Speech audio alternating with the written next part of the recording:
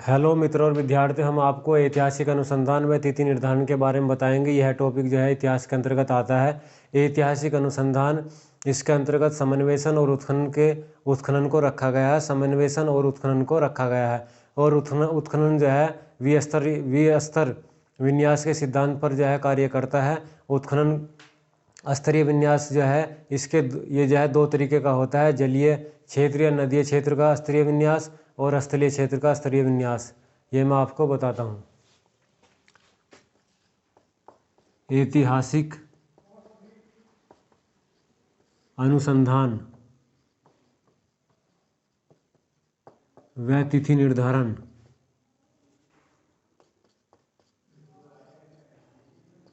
तिथि निर्धारण। अब इसमें जो है नंबर 1 है समन्वेषण।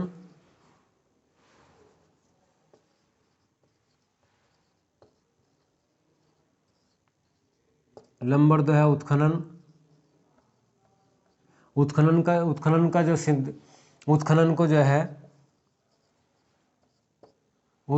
को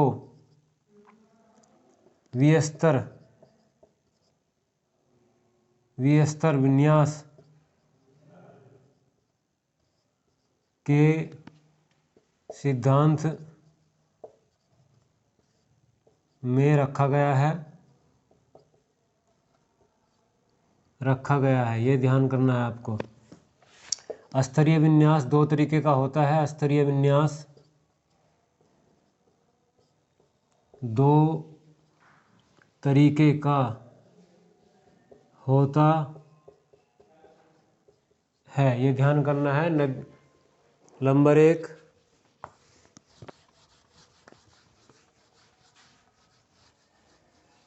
जलीय क्षेत्र या नदीय क्षेत्र का स्तरीय विन्यास। नंबर 1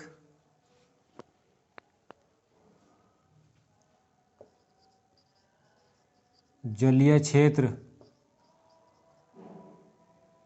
या नदीय क्षेत्र का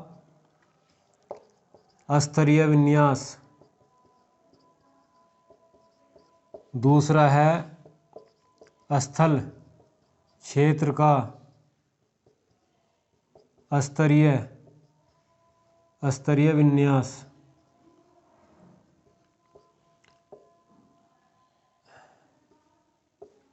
ये दो विन्यास होते हैं: जलीय क्षेत्र या नदीय क्षेत्र का स्तरीय विन्यास या स्थल क्षेत्र का स्तरीय विन्यास।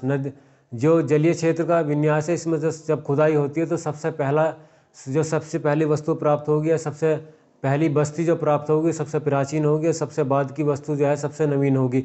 और स्थलीय क्षेत्र में इसका विपरीत है। जो स्थलीय क्षेत्र का जब उत्खनन होगा तो उसमें जो सबसे पहली जो वस्तु या बस्ती प्राप्त होगी वो सबसे नवीन होगी। जो सबसे आखिर की वस्तु या बस्ती प्राप्त होगी वो जो है सबसे प्राचीन होगी। ये ध्यान आपको रखना है। इनमें दो ही अंतर हैं।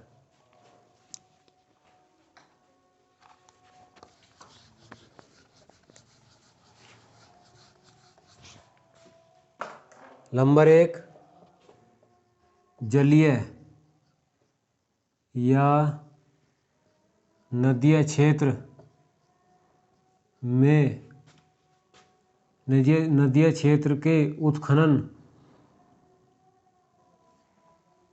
में जो वस्तुएं या बस्ती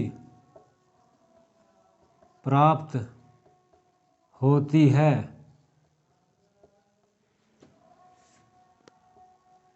जो सबसे ऊपर होती है उसको प्राचीन कहा जाता है।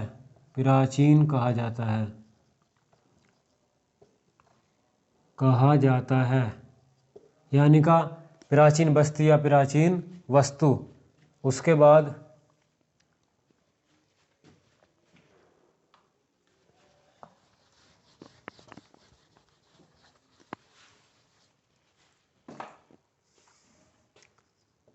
स्थलीय क्षेत्र में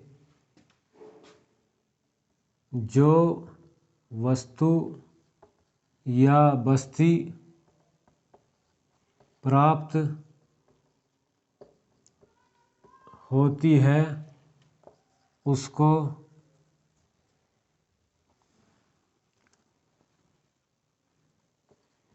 सबसे पहले स्थलीय क्षेत्र में जो वस्तु या बस्ती सबसे पहले प्राप्त होती है उसको नवीन वस्तु या बस्ती कहते हैं। और सबसे आखिर में प्राप्त होने वाली वस्तु या बस्ती को प्राचीन कहा जाता है। ये आपको ध्यान रखना है।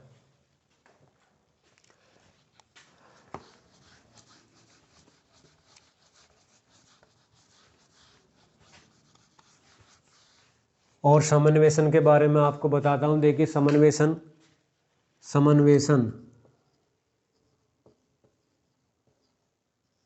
देखिए समन्वेषण में क्या होता है। देखिए समन्वेषण में जो है पहले स्थल की खोज की जाएगी, स्थल की खोज यानी का खुदाई कहाँ करनी है।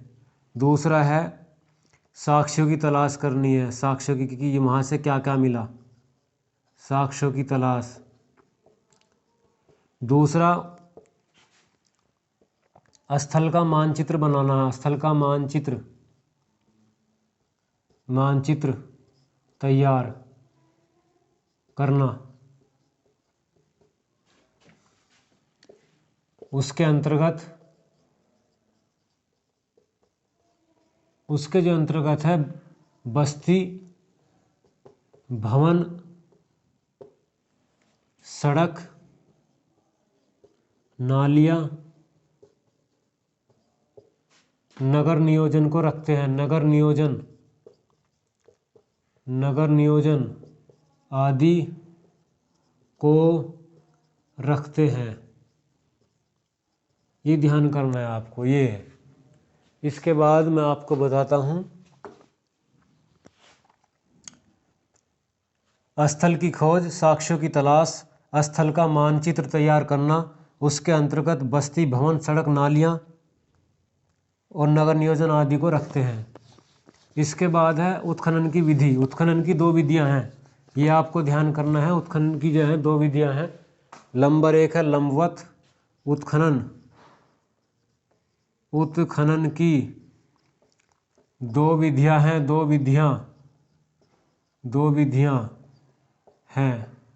नंबर एक लंबवत, नंबर दो क्षैतिज। लंबवत में क्या आता है? लंबवत में है सभ्यता की तिथि। ये ध्यान करना है। लंबवत के अंतर्गत क्या आता है? लंबवत के अंतर्गत क्या आता है? नंबर एक है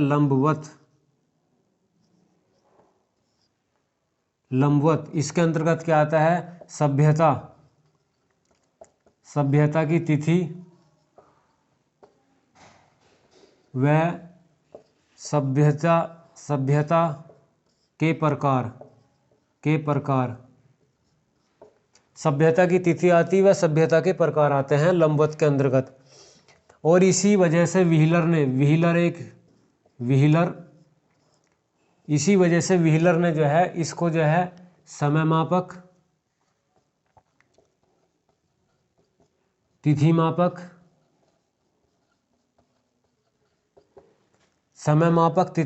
और काल मापक कहा है।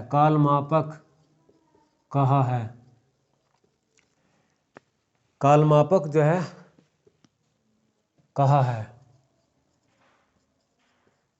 क्योंकि इसमें जो है सभ्यता के समस्त पहलुओं को उजागर नहीं किया जाता है। ये ध्यान करना है। इसमें सिर्फ जैसे ये सभ्यता की तिथि व सभ्यता के प्रकारों को ही जो है इसमें उजागर किया जाता है।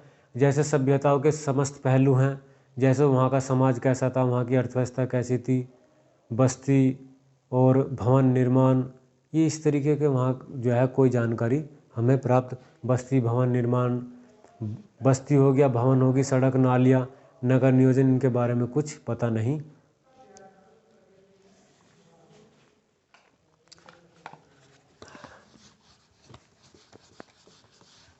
उसके बाद है क्षैतिज उत्खनन।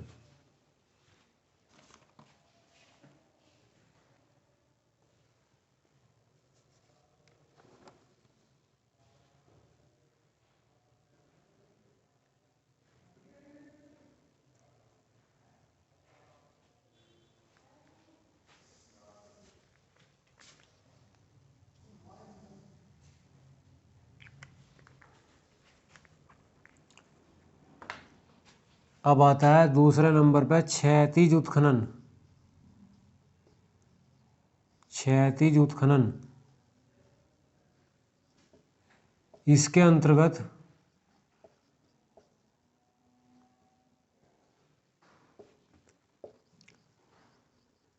सभ्यता के समस्त पहलुओं को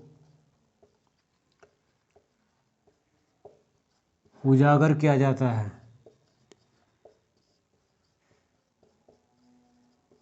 जैसे बस्ती, भवन, सड़क, नालियाँ, नगर नियोजन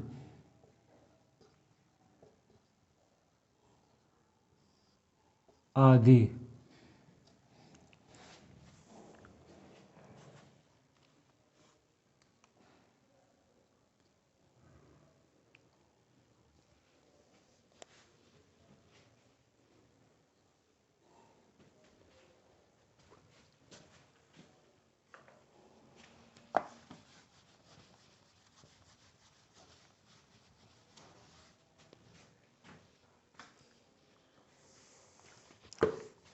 इसीलिए व्हीलर ने इसके बारे में कहा है क्षैतिज उत्खनन के कि ये जो है सभ्यता के जो समस्त सर्वांगीण विकास को उजागर करता है।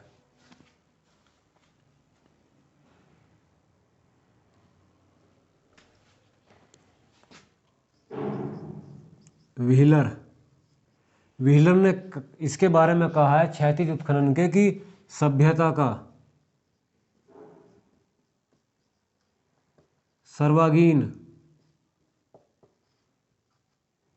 सर्वांगीण पक्ष उजागर करता है।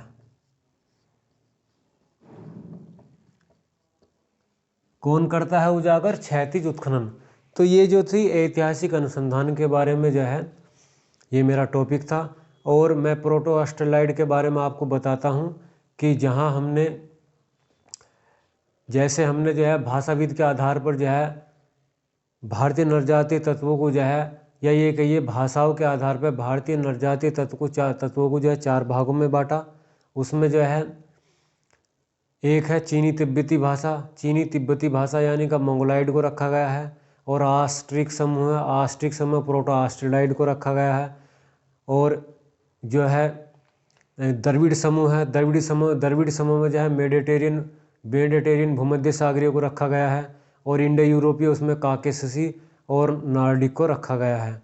और पश्चिमी ब्रैकासेफलस के बारे में है कि जहाँ हमने आपको चौड़ा कद लिखवाया, वो चौड़ा कद नहीं है, वो चौड़ा सिर है, ये आपको ध्यान रखना है, चौड़ा सिर है। तो ये मेरा टॉपिक ऐतिहासिक अनुसंधान में तिथि निर्धारण के बारे में था। और तिथि निर्धारण के बारे में अभी लिखवाना बाकी है। मैंने ऐतिहासिक अनुसंधान के बारे में लिखवाया। और ये मेरा टॉपिक आपको कैसा लगा आप लाइक करें, कमेंट करें और मेरे चैनल को सब्सक्राइब करें। Thank you.